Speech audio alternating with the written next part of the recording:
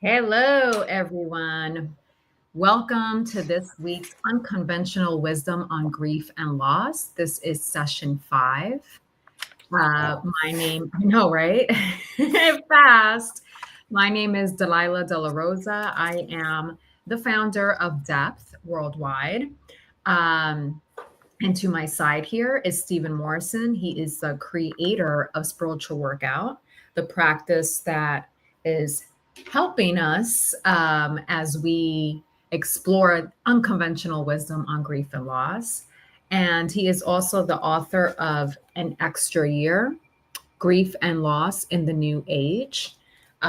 This is also a book that I've been referring to with certain aspects of this experience that I have experienced in myself. So thank you. How are you today, Steven? I'm quite well. Thank you for asking. And I,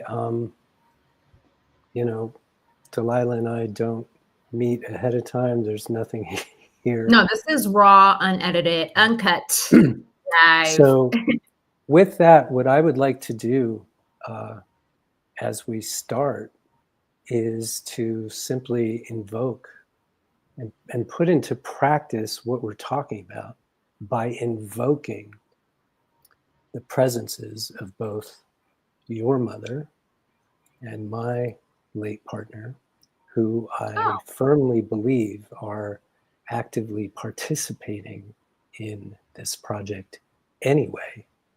So for me, it's really more of an acknowledgement of their presences and assistance from the other side, and any and all other non-physical beings of light and love.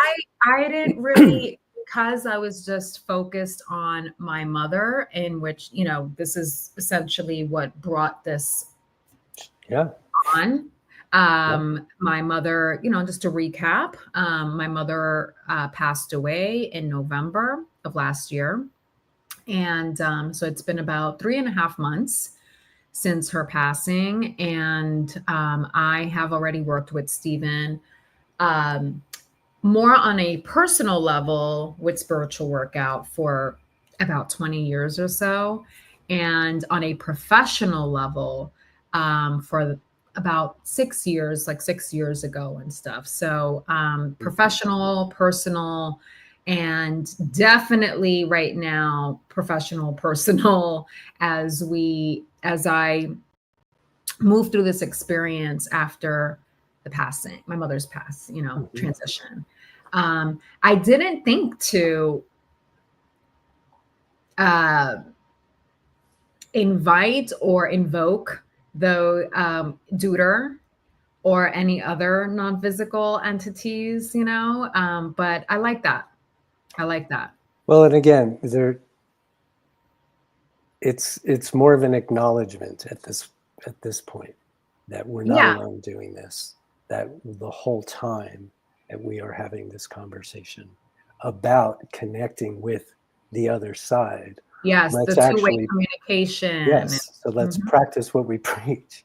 And like I say, acknowledge and invoke and invite and appreciate, and not even just them, but any other non-physical beings of light and love who are interested in this subject, which is just becoming more and more and more interesting to people as, if you ask me, we expand our awareness as human beings. So yeah. So with that, I like to start us off on just a little bit of a recap of last week. Last week, we spent pretty much the whole session tapping, using EFT tapping to help me undo, release the non-acceptance, the resistance of how my mother died.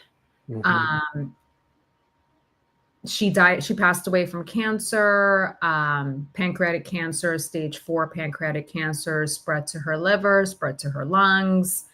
2.5 months from diagnosis to her passing, to her transition. And those 2.5 months, I did witness her, and she expressed how much in agony she was during that time.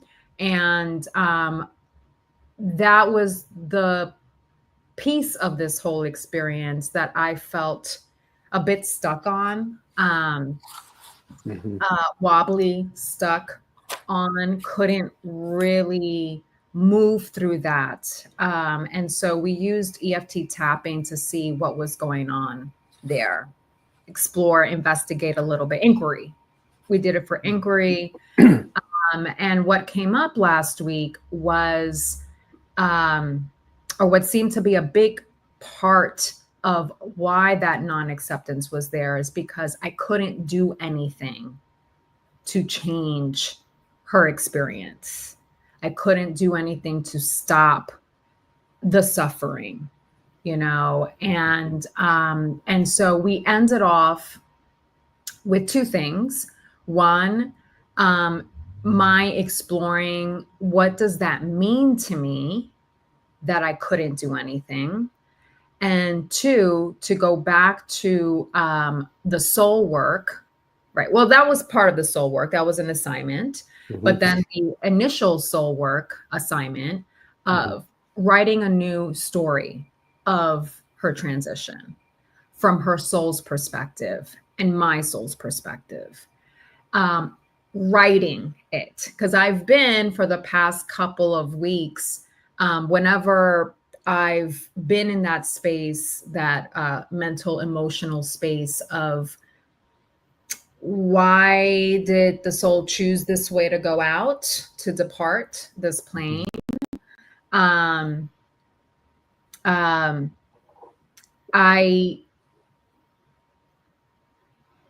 kind of forgot my train of thought. Kind of forgot my train of thought because I was the first assignment, the first soul work, homework. Oh, yes.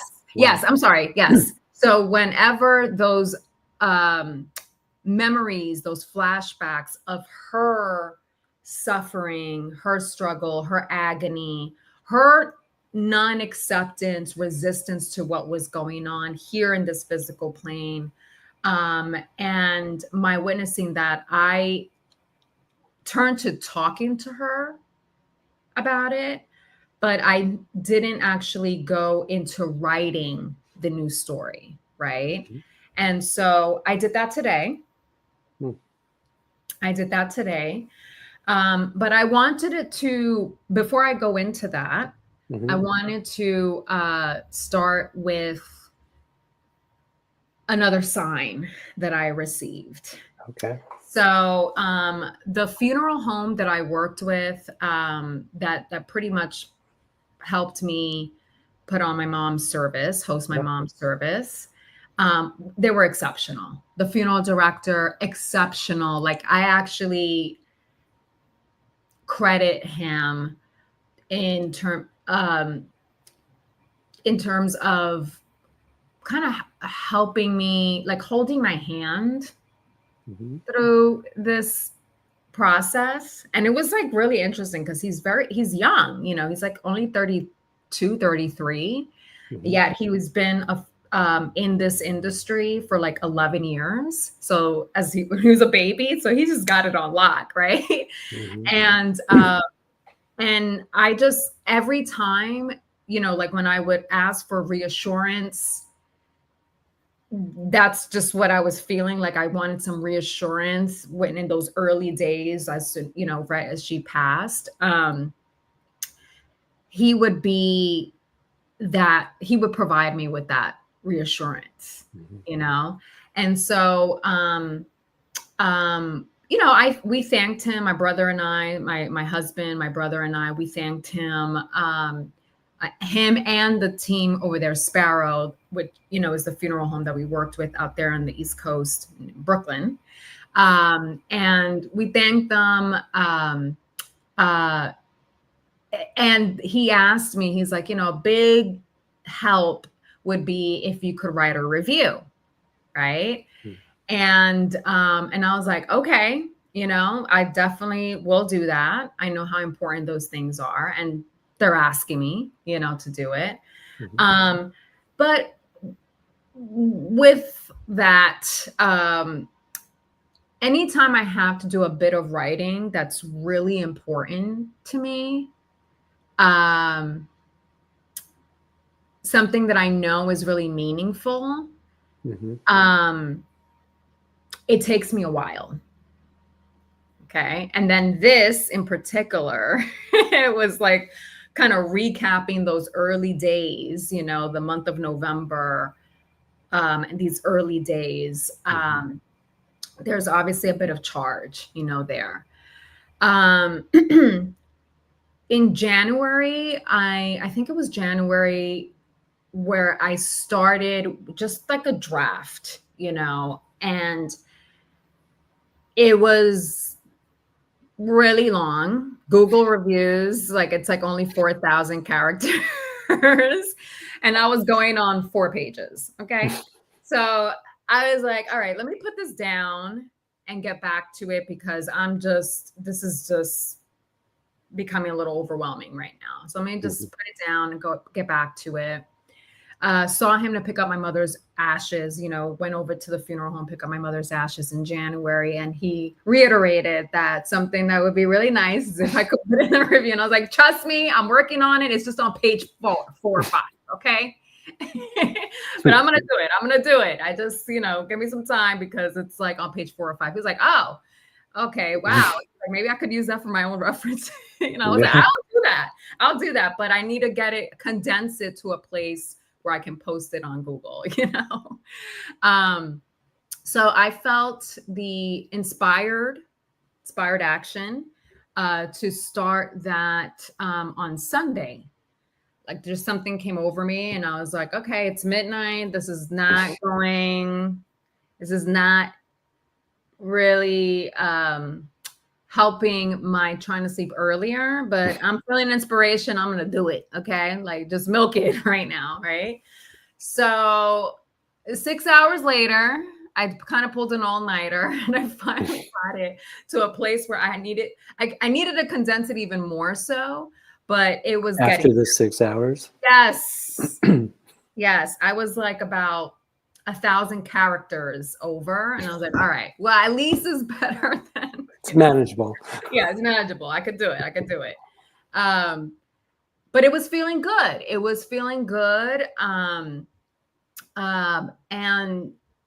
that I was finally getting this off my plate. So when I was working on it, there was a part where I was talking about the 2 lime trees that we had beside her casket, right? And as I was reading that line, I was like, oh, and they had these 2 lime trees nestled right beside the casket. Um, a nod to my mother's love of limeade. And this lime lemon, like the in between, right? Like lime Lyman? lemon. Yeah, it was like what is it? What did you say? Lyman. Is Lyman, it? exactly. Yeah, like a lyman. Like I heard a noise, like something fell in the kitchen, right? And I was like, what the hell? What was that? Okay. And I go into the kitchen and I see that this lyman fell from the basket that I Oh, had it no. in, right as I was reading that line. And I was like, holy shit. Okay. I was like, and mind you, like granted this basket that I had has like holes in it, the design that like there's ways in which, fruit or whatever can Yeah, fall, right. but it was just random, like, wait, how did this just end up falling right as I was reading the line, Like there was nothing in this plane that Mhm. could have done that. I mean, we didn't have an earthquake or anything, you know, and it was just like, and it fell like on the floor. And what was your immediate response to that? Well, when I saw it and I saw it and I remember, like, I was like, wow, I was just reading this line of my mother's love of limeade, the 2 lime trees, and this line, I mean, another piece of fruit could have fallen down. You know, and honestly, like, it's not like that's ever happened before in this little basket and stuff. Like, I was just like, okay, happy, thank you, more, please. All right. So your immediate reaction, your immediate thought, feeling was, Oh, that was my mother. Yeah, there you go. Yeah, like, absolutely. Like, I was like, come on, that is not, like, it was just like this lemon falling. Yeah, don't quote me on that, but I think that's the no, thing. yeah, but it makes sense. This lemon just falling out of nowhere, right? I was like, as I was reading that line. Yeah. So there's nothing more to say. There's nothing more to say other than, do you want to, happy, thank you, more, please. Yeah. Do you want to revisit the word random in there? I say random, just like in this 3D plane. It appeared it would appear as random. Right. You know, like, there was nothing that really could have. So if somebody else was standing there and happen. Saw it, they might have said, well, that's random, but it wasn't random for you. Is that what no? Okay. I mean, you know, that's like the part I wanted to double check, because had that lineman fell just, you know, at another time, I probably wouldn't have made the connection, but it literally happened right when I was reading that line. Yeah. At 3 a.m. Yes.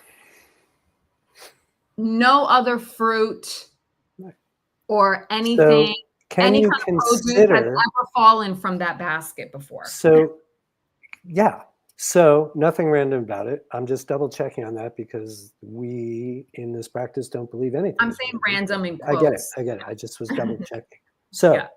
What is a soul? What does it tell you about a soul that can know what you're thinking and doing, and can also be over there doing something physical?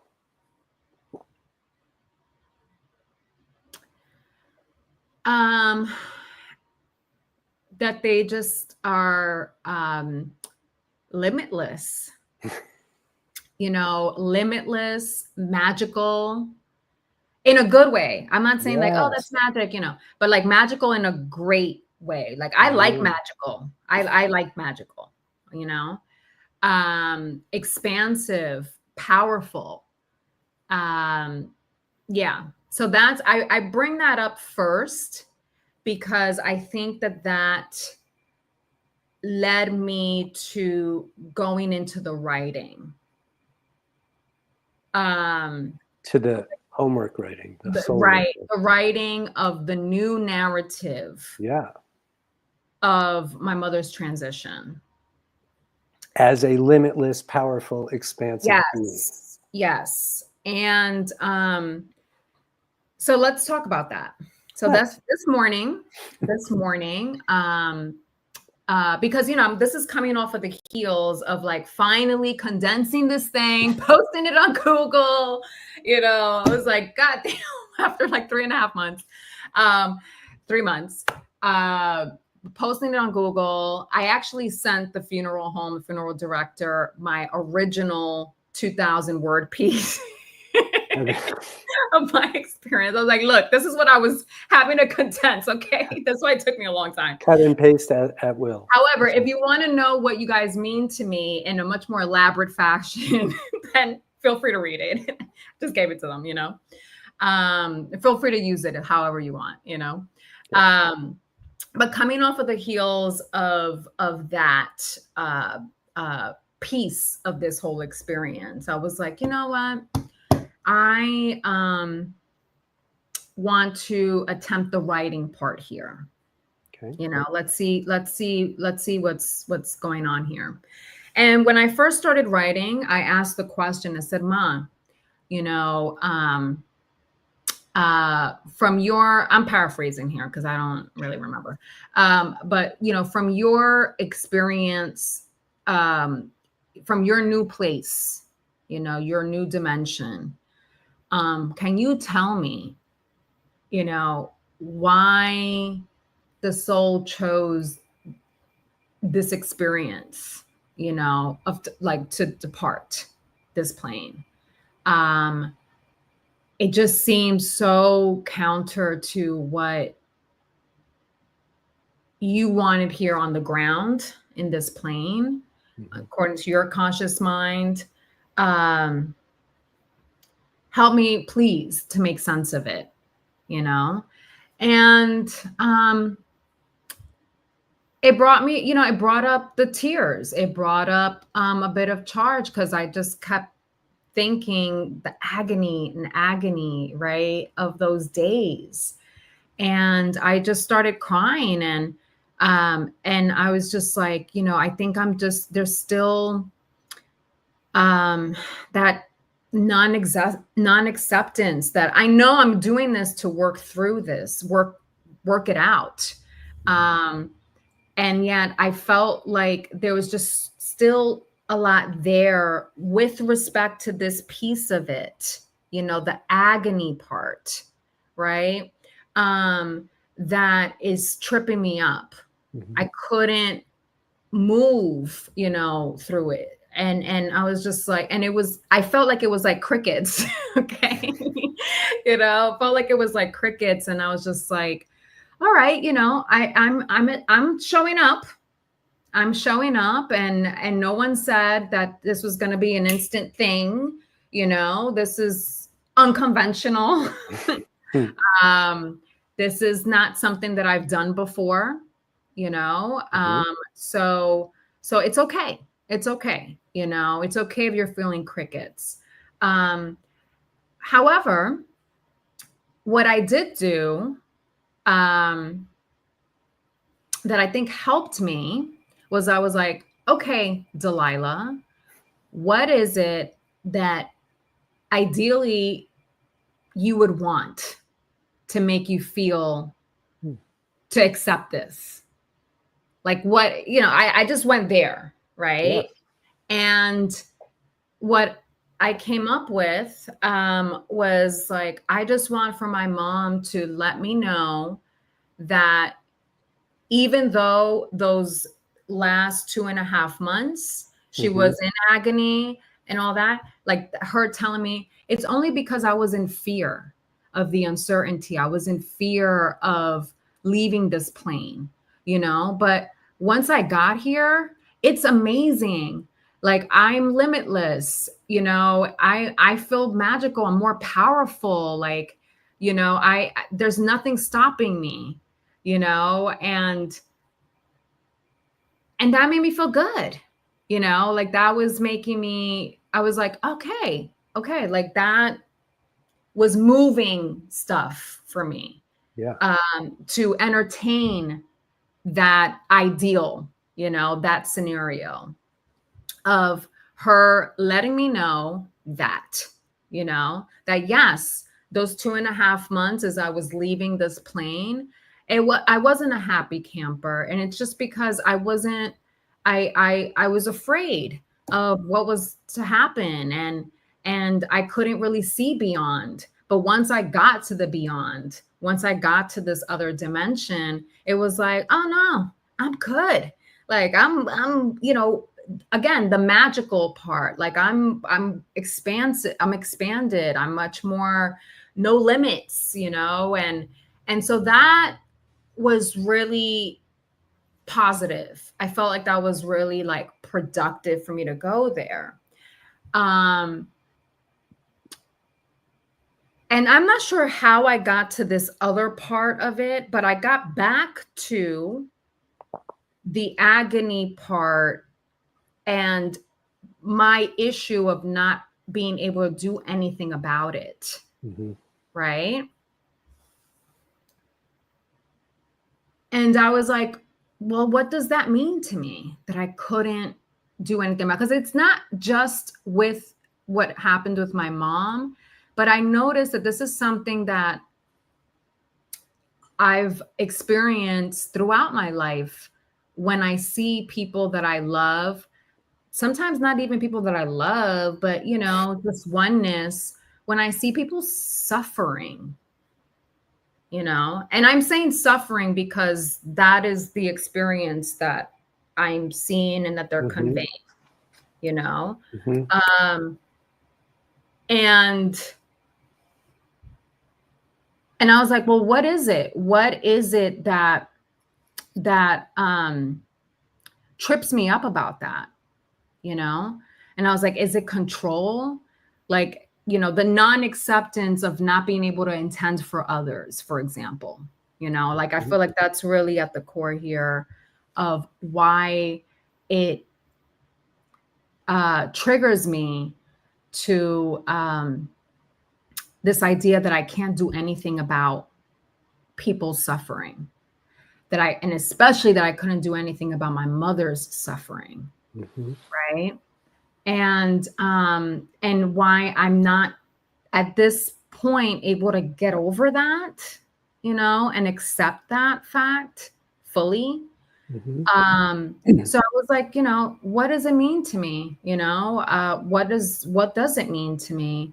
And I was just like, is it that something came up in the writing where I was just like, I feel like I can't be happy.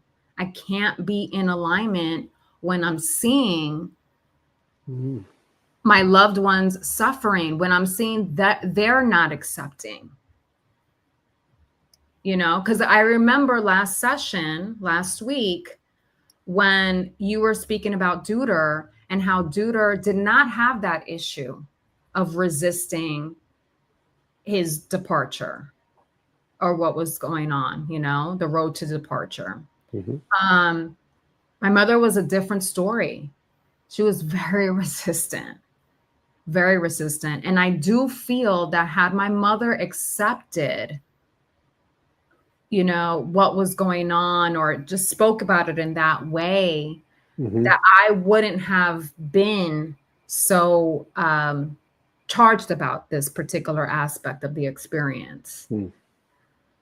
Like, I guess what I'm saying is that I saw that maybe there's a bit of the codependency stuff coming up with I'm not accepting because my mother didn't accept, and I know that's not the way it works, right? Right. So yeah, that's kind of where I left off. It was just like, all right, that's some intel. For sure. And yeah, that's like, quite a bit of intel there. And that's where I left off. It was just Okay. like, I think So I need that one belief, I couldn't do anything about it, led to, well, I can't be happy when other people are suffering. Yeah. And noticing that doesn't apply just to this experience with Absolutely my not. mom. No. I've lived a few decades and this is sort of a theme. It's like, I can't be calm, I can't be at peace if my loved ones aren't at peace. Right. Okay. Well, you nailed it too, in terms of, generally speaking, that codependent dynamic, that idea that we can create in another person's reality. And that if we But I don't, want to. you want to, and then if you can't or you don't somehow, because you never can, then what? Then my emotional survival is at stake. And where is that based on? Connection. Yeah. My connection is threatened. There you go. And Because how does I that know I sound had to you? this, I had my mother's, uh, her having a life-threatening experience. This wasn't the first time. She had one time when she was pregnant with my brother. This is like 36 years ago. When she was pregnant with my brother, she had arrhythmia like in her 8th month of pregnancy. And she was hospitalized for about a month. And when I went to go see her, because she had called me in, she asked my dad to bring me in. And I was 9 years old about around this time. And I had no idea that she was in such a condition that, that it was like a life or death thing for her. I had no idea. I was just like, oh, I'm staying with my cousin that I really admire. And, it's like a full length, extended slumber party, Yeah, right? yeah. Like that was like my way of protecting my little self. Okay. Mhm. And so I felt a bit blindsided when my mother, again, very expressive, my mom did not hold back. And she was like, I feel like I'm gonna die, And I was like, what? Huh? What? What's going on? Right? And she was like, and I feel like I'm gonna die, and I don't want you to live with X, Y, and Z, And so I'm like, huh? What's gonna Yep. happen to me? What's gonna happen to me? 9 years old, very pivotal age. Yeah. Okay. Um, and I think that stuck with me a bit. These years, all the Yes. way through now, Yeah. where it's like, wow, like this is, I was petrified over what was going to happen to me if my mother died because of that connection, you know? Obviously I wasn't conscious of it then. I was just more of like, huh, Yeah. and I think I don't know what I did. I don't know what psychological thing I did as a kid, but maybe disassociate. I don't really know. But I was able to stay intact, like stay somewhat okay. And she ended up being okay back then. But definitely when she got received this diagnosis, this time around, it really brought a lot of that stuff up, Yeah. right? So I'm not sure if that was my first brush with that whole like I need for these folks to be okay in order for me to be okay. Right. Right. And how does that sound to you today as a belief? It sounds very true. Like in terms of my believing that, right? Not that it's the truth in general, that Right. I'm only okay if everybody else is okay, right? Right. But it sounds true to me that I have been believing that. I've been carrying that belief. Yes.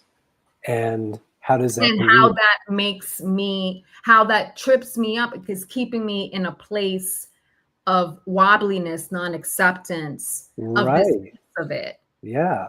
Well, does that make some logical sense to you then? Yeah. Or, yeah.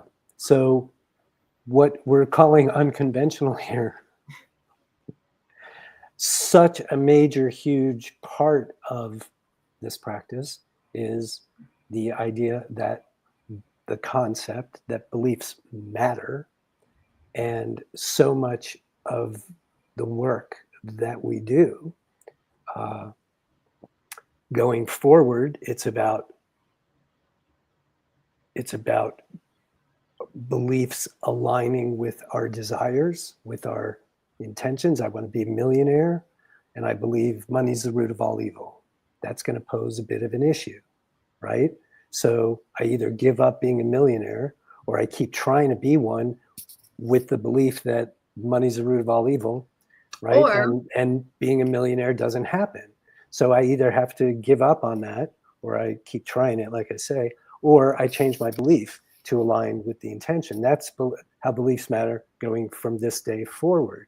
Beliefs also matter in what Delilah was talking about, which is, so when I ask a question, what does it mean to you? I'm hunting for beliefs, because the beliefs that are going to be at the root of the issues. Beliefs matter because they create experience, right? So if Delilah has a belief that I'm not okay until and unless everyone else I know and love is okay, and maybe even some of those people who look like they're suffering out there, then that belief runs the show. It came to her as a 9-year-old in a very acute emergency-like situation.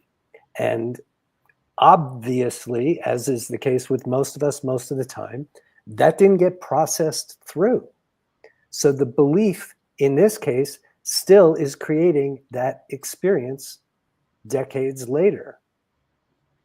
So this unconventional approach includes what we're doing right here, which is, why am I, Delilah, in this current moment having an issue, a challenge, accepting some things? Well, because if I accept it, then I'm going to lose my connection, and I'm here to maintain a connection, right? If I accept it, then I'm not okay because she wasn't okay, or my belief is she wasn't okay.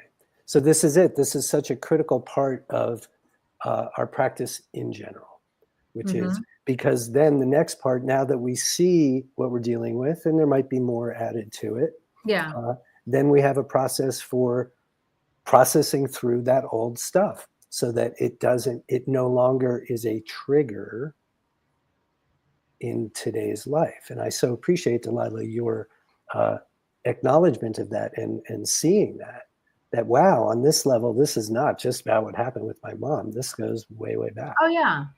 And I've known that too. I've known since the get-go that this was something that was even beyond, before all of this went down. And yet it was, it just took some steps to get there, to really pinpoint that. And that's why we're doing this, is to really move through, identify what's going on, right? Yes, and there's another piece of this, which I am always yapping about, which is let's use the experiences and circumstances of our lives as vehicles for our own growth and development, because that's really on a soul level what they're all for anyway. And so this is an example. The experience, the very recent experience for you with your mom's passing and how it all happened, and then in your desire to process this experience, it's also giving you an opportunity to heal stuff that was totally unrelated to this.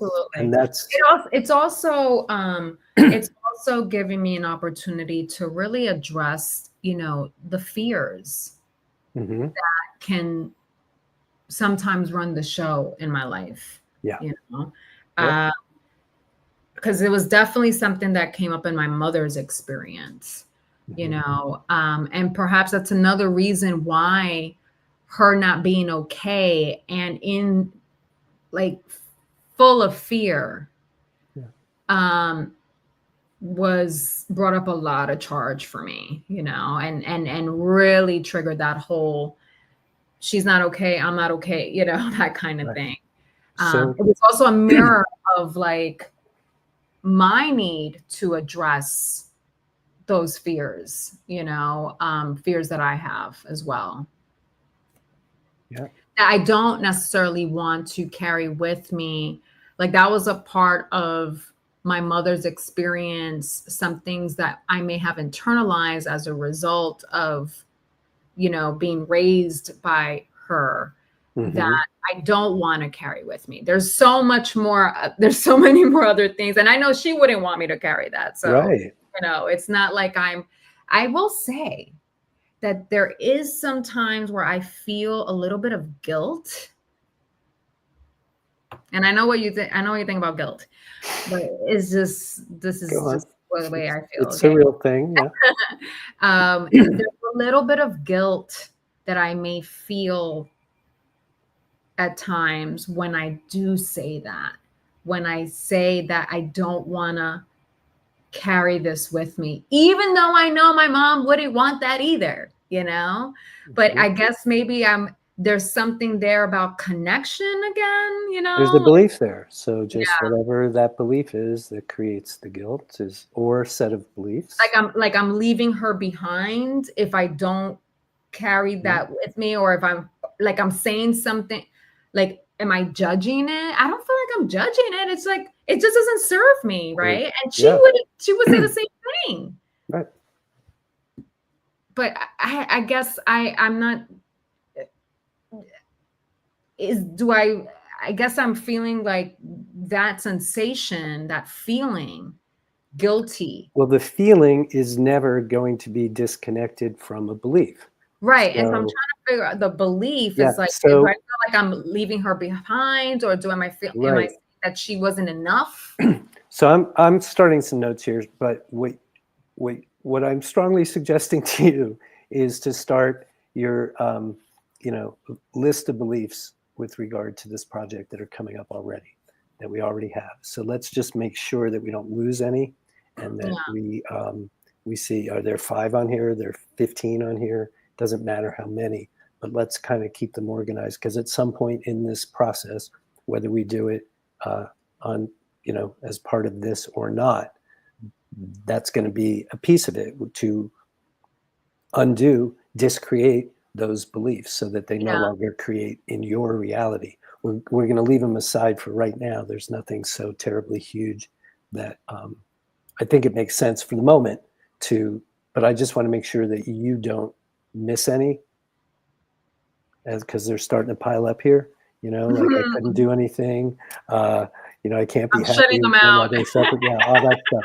So let's just come on, make a list, and then how this goes, and we'll just Well, tap I them think out. the biggest one so far was like, I'm not okay if my loved ones aren't okay. Well, and so let's just talk about that dynamic, because you brought it up, that codependency thing, and there's judgment in there, like it was bad, it was wrong, it was all those things that you had already, and look, this is what it means to be a sovereign being, which is more and more and more and more what's coming up in my practice. And I think, Delilah, you've witnessed this perhaps.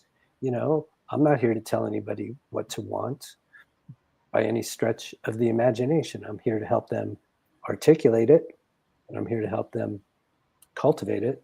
But it's, want what you want. And yet I'm seeing more and more regularly people who've been engaging this practice for, some bit of time, usually, morphing into creating and wanting to create that intention.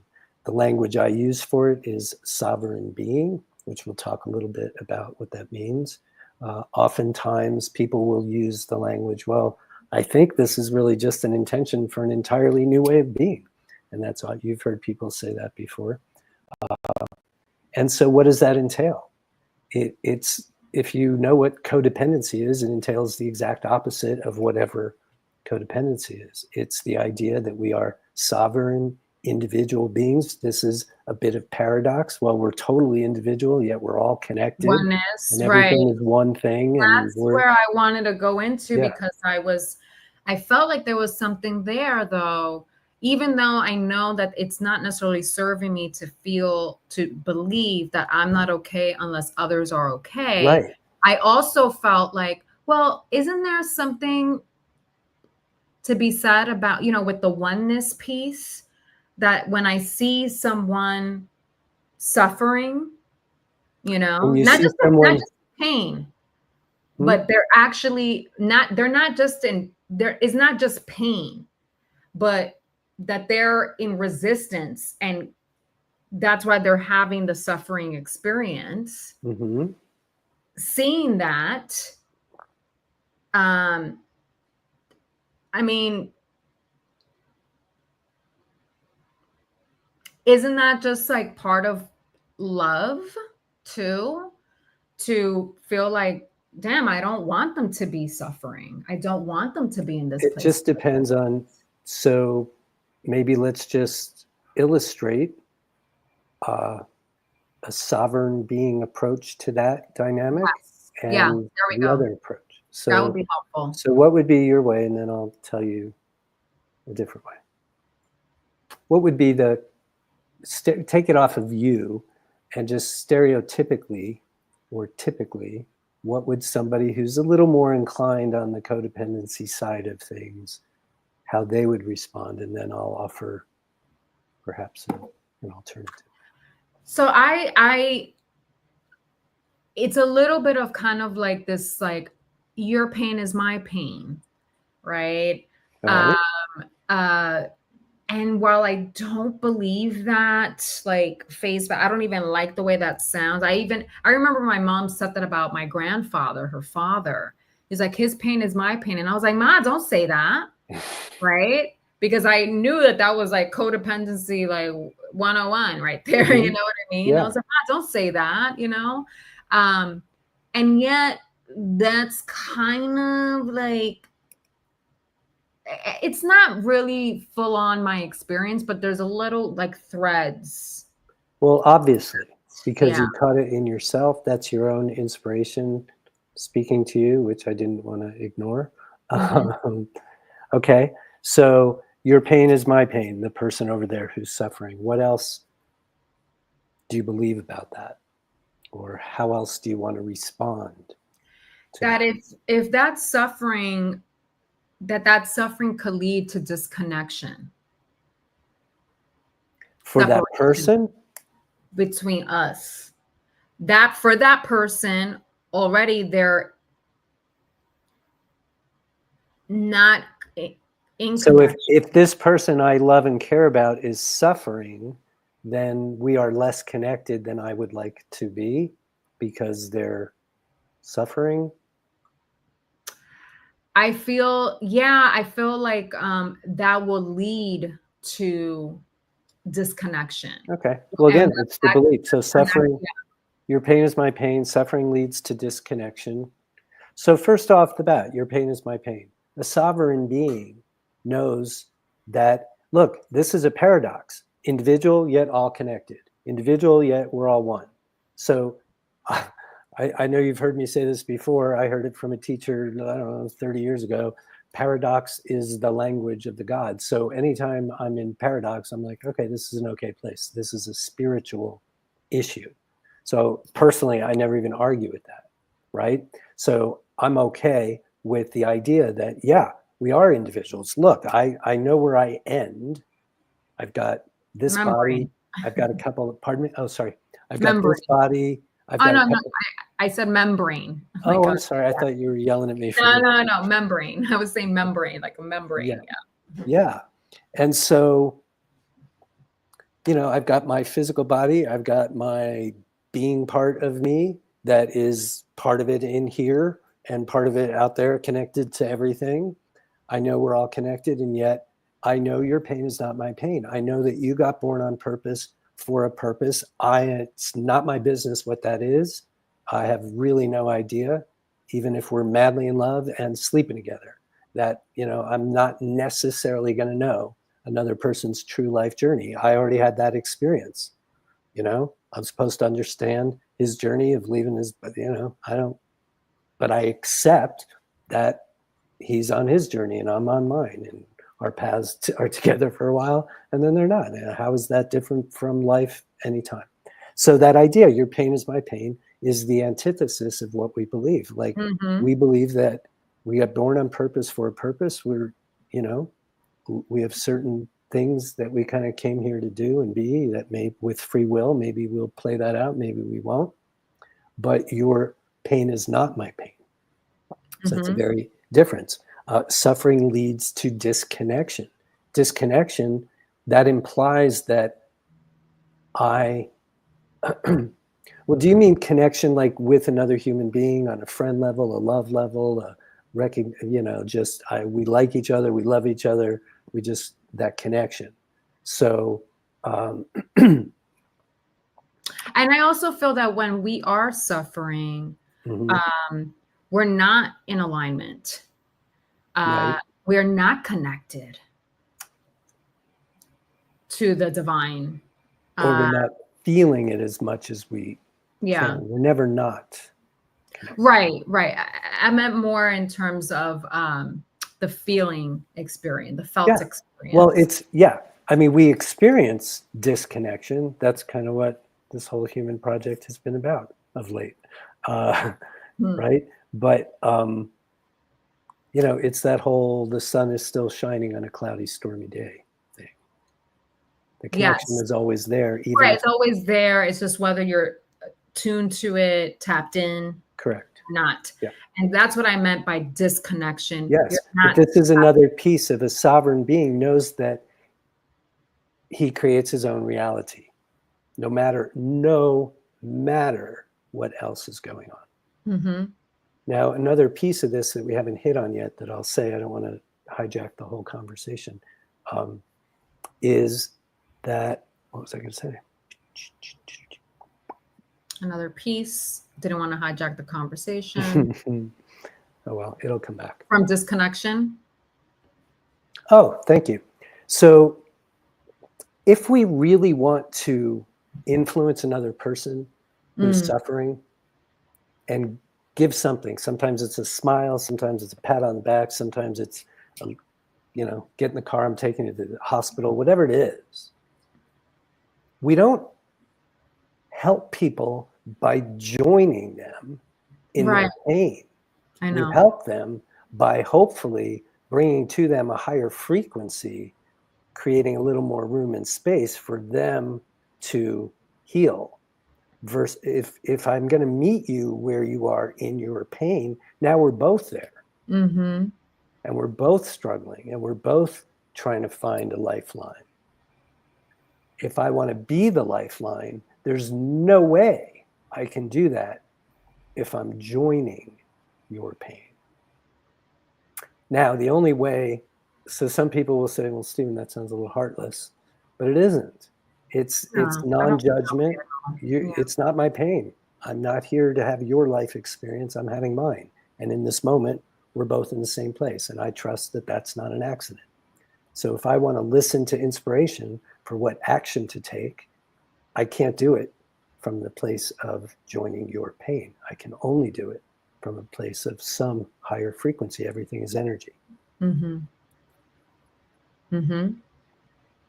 So these are some of what sovereign being means compared to not that. And all it's going to do is boil down to beliefs like we're already starting to find. I think that with my mother's passing, this is like just even so much more of a powerful example for me, and also an opportunity, just because she was my caregiver when I was young, and I had that experience as a 9-year-old of, holy shit, what's going to happen to me that my primary caregiver, because my dad, I mean, he was present, but not, he's old school and also very young, immature, with respect to his ideas about parenting. And my mother was the one that was like present, and raising us. And so I know from Child Psychology 101 that whenever you're feeling like your primary, your guardians, your primary caregivers, your mother, your father, whoever is the one that's taking care of you, if you feel like they are not present, negligent, that's like death for a child. And so I think that that is a big reason why has stuck with me for a bit, because it did feel as a kid, and I didn't process it back then, right? It just did feel like as a child that my survival was on the line. Yes. And let's be clear. every single one of us has an absolute perfect right to any belief that we have. I know. The only question ever for people like us who are, intending to live more and more consciously is, does the belief I have serve me or not? Can I get to where I want to go, It's not. millionaire, billionaire, with the beliefs I have? If It's the beliefs align, great, keep them and go. sovereign being, self-belief, co-creator abilities. It's not aligned with, I'm only okay if everyone else is okay. Like, it's just not aligned with that. Yeah. It actually just keeps me flailing, vulnerable. Because you're at the mercy of the Yes. world and Yeah. other people, and it's always different people and different things Mhm. that are all kind of the same thing, but it's, it doesn't end. Beliefs matter Right. because they create experience. So until and unless we change the belief, the experiences continue to play out. Yeah. It could not be more simple than that. I'd like, for us to, well, for me, I'd like for me to be able to undo that belief, Well, let's do that. So get your belief list going, and Mhm. maybe we'll do it here on, in the next session or Yeah, at I some think so. point. I think Yeah. maybe that'll be, I'll work on that this, going forward, because that's what I think this writing did for me today, was like Yes. up, Yes. a couple of things. Yes. And I was so happy to have that idea, that glimmer of, okay, ideally, what would you like? Like, what would you like? Like, what would make you feel okay with this? And Yes. it was nice to explore that, Good. Yeah. Now, I want to talk about where that question came from, that idea came from for you. I'm assuming that it came from the divine, right? Because I think when I was feeling like I was in a place of crickets Yes. as I was writing, Yes. I was like, the first thing that came to mind was, my mind is just, it's a lot of fear. There's a lot of, resistance there that's really clouding my inner world here. And it's not allowing me to receive, and so I was like, all right, what can I do here? Like, what do you want? What would be great? Like, what is it that you're looking for? And that's And how I'm suggesting that thought came to you. Yeah. It was an inspiration. It was inspiration. Exactly. Absolutely. So It was it an your mom? Was inspired it your spirit idea. guide? Yeah, exactly. That's It what I'm was an getting at. inspired idea, definitely. That's what I'm getting at. So listening to inspiration, big part of our practice. Because I could have closed the book when I was Right. No, this isn't working. crickets. When I was like, all right, stupid. maybe this is not the time. Yeah.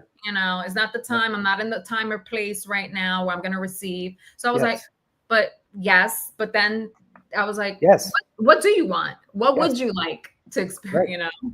And again, that inspired idea. So our whole job as spiritual beings having human experiences is learning to live from here, heart space, and not from here in the head, ego space. Mm-hmm. Way less head, way more heart. So much of our practice is figuring out how it is that we receive guidance. How do we receive that connection that Delilah said from day one she wants to increase and expand and cultivate, that connection with the divine, with non-physical, right? And so how do we know when that's what's going on? We just keep paying attention and listening. And that's why I wanted to come back to this, to say, because you and only you can appreciate and understand and know on the inside of you how that all happened. What I'm suggesting is just remember that, because as you're moving around in the world, you, me, and all of us, learning more and more and more to expand our awareness and to have more, for those of us who desire it, more connections with non-physical, then, just keep practicing. Oh, well, that one time where I thought nobody was around or communicating with me, 2 seconds later, boom, a new idea thought came. And I know that was inspiration. I might not be able to articulate it to you, but it was. And that's what I'm saying to you. Just freeze frame on that, underscore that, bookmark that. I did. I definitely did. Because I was like, wow, that was a shift. Yes. Okay. So you felt a shift. That's more inspiration, feeling. So inspiration is. I was feeling stuck before. Yes. And then I was like, all right, well, what do you want, Delilah? Right? Like, what would make you feel good? Yes. Yes. And so there's the evidence that it is inspiration that an outsider like me can even say, because she's describing a shift in energy. Yeah. A change in a thought comes, energy shifts. And the pages were coming out. Like it was coming out. I wasn't the thought and idea that actually sounds like it made you feel a little better. It totally did. And it also brought me to exploring that belief of I'm not okay if, unless everyone else is okay. And now, in a good way, not in a way where it was like, oh, here's this again. Right? Yeah. No, it was in a good way. It was like, okay, I'm getting there. It's an opportunity for spiritual gain. Right. Yes.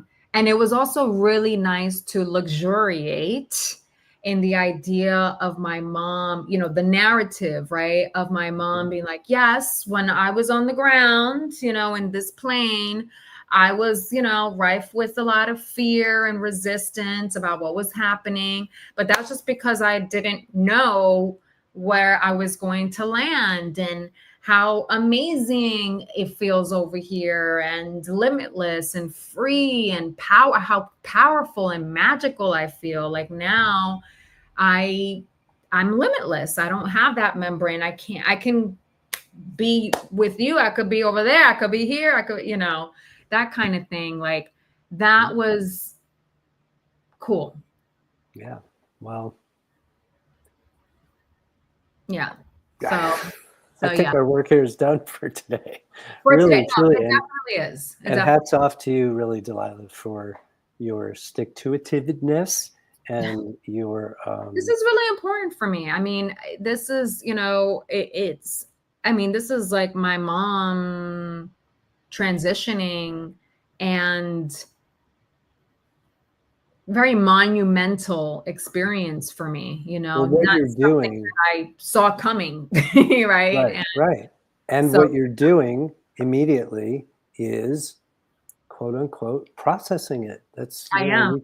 You're doing it. And so I had a group today with people who have a multitude of experiences of, quote unquote, being triggered. And what does that mean? That means that something happens in the present moment here and triggers an unprocessed experience or set of experiences from the past. Mm-hmm. And the only way to, and Delilah, I always say 3 cheers for triggers, because they're just custom-made information for us about us that let us know that something from our past either was never processed at all or not fully processed. And that's why a person can, out of nowhere, be instantly transported, quote unquote, into a space of reliving. That's the word everybody uses. I'm reliving this experience from the past, only because the experience from the past is unprocessed. What we're doing now with Delilah is processing it, in real time and very soon after it happened. That is a healthy way to go. When we process things as we go all the time, we don't have triggers. And so this is a very challenging concept for some people who, for all kinds of reasons, have never known anything about what we're talking about, have Mm-hmm. never had anything other than reinforcement of, quote unquote, bad They're right to be experiences. triggered. Yeah, exactly.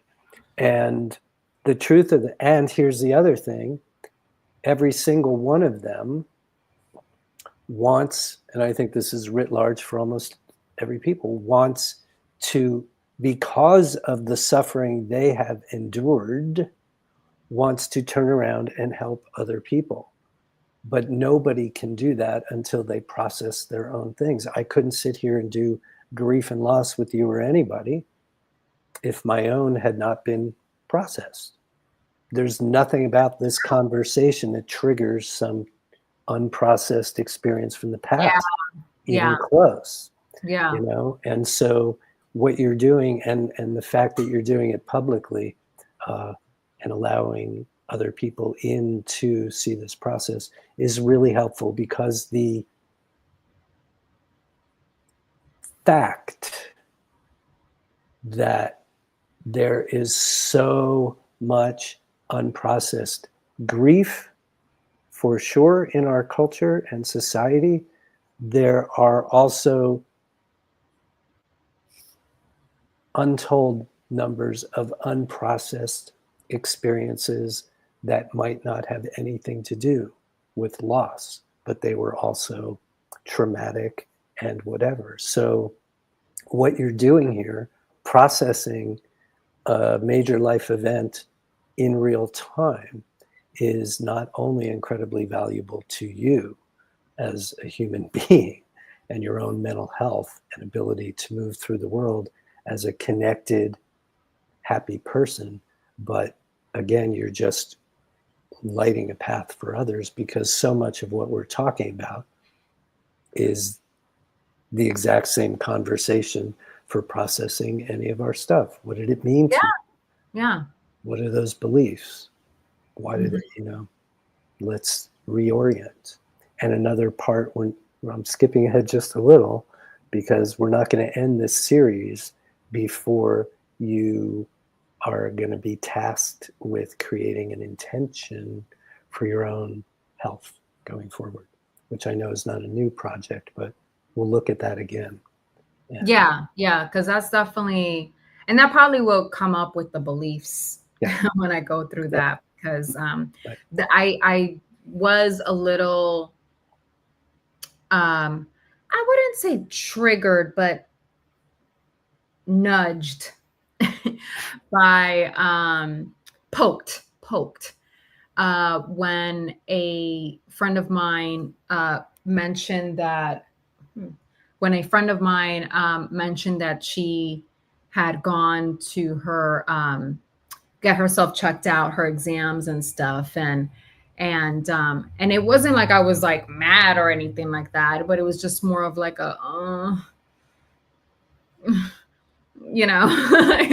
I'm like, oh God, I gotta do those exams and things, and I don't want to do any of you're those. not going to do them from that state. Absolutely not. Absolutely not. But look, if I was just not believing in these scans and annual checkups with conventional medicine, that's one thing. But I was like, really secure in my health and what I was doing, different. But I know that I'm not doing those things because I'm afraid, So it's a different, it's not like how other people that I know, they're like, I don't go do these tests and scans and stuff with conventional medicine because I have my own program going on. You know what I mean? It's not because that they're afraid of receiving bad news. Right. And that's there for me. So that's going to be part of the, I think, beliefs. But right now you've got a lot more. So let's consolidate what's come up so far, bring that list in next week, and let's see what condition it's in, how much you're at that moment, identifying with, believing in them. And if we need to do some tapping, we will. Or maybe you'll come back and say, these were really strong active before, last week, now, and now they're not. Yeah. So let's see what happens. Sounds good. Sounds good. Well, once again, Steven, thank you so much. Steven Morrison, creator of Spiritual Workout and the author of An Extra Year, Grief and Loss in the New Age. Wonderful book. Yeah, this is session 5. Next week, session 6. And where I think we're going to explore beliefs territory. Yes. And learn how and see how to discreate beliefs that don't serve us. Undo them, transmute, change, all of that wonderful, magical, powerful stuff. Again, thanks to your mom. Thanks to Deuter. Yes. Thank you, Mommy. Thank you, Deuter. Thank you, all loved ones in the non-physical, other dimensions. And we'll see what new connections and signs appear this week. I know. That's something. Keep it going. Keep it going. Happy thank you more, please, Mommy. Nice. All right. Next week, Wednesday, 6 p.m. Pacific, 9 p.m. Eastern. Love to see everyone I'll there. be here. All right. Thanks, Steven. You're welcome. Thanks, everyone. Bye. Oh. We're still